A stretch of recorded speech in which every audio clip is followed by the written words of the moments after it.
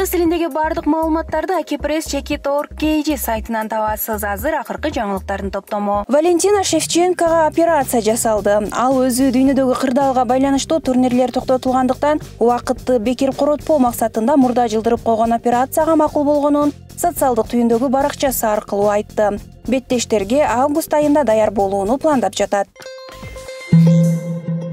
Акыркы сутка ичинде Кыргызстанда дагы 14 адамдан коронавирус аныкталып, жалпы саны 130 адамга жетти. Башка дагы өнөкөт оорулар менен жабыркап, кичи ажылык сапардан келгенден кийин коронавирус аныкталган 61 жаштагы жаран 2-апрелде көз жумган. Аны акыркы сапарга узатуу зыйнатына туугандарынан уруксаат алып, 5-6 гана адам катышты. Кыргызстанда жалпы 5 адам коронавирустан айыгып, ооруканадан чыгарылган. Дүйнөдөгү белгилүү шаарлардагы бош калган учур. Түшкү саат 12-де адатта эл жыш жүргөн шаарларда тартылган сүрөттөр интернетке жарыяланып жатат.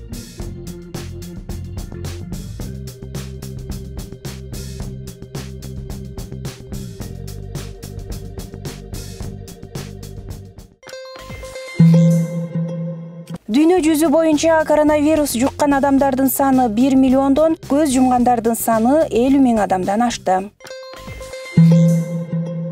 Ички иштер министрлигинин кызматкерлерине тиешелүү кийимдерди ташып жатам деп Таластан Бишкекке каттап, жүргүнчүлөрдү ташыган алдамчы айдоочунун амалы ачыкка чыкты.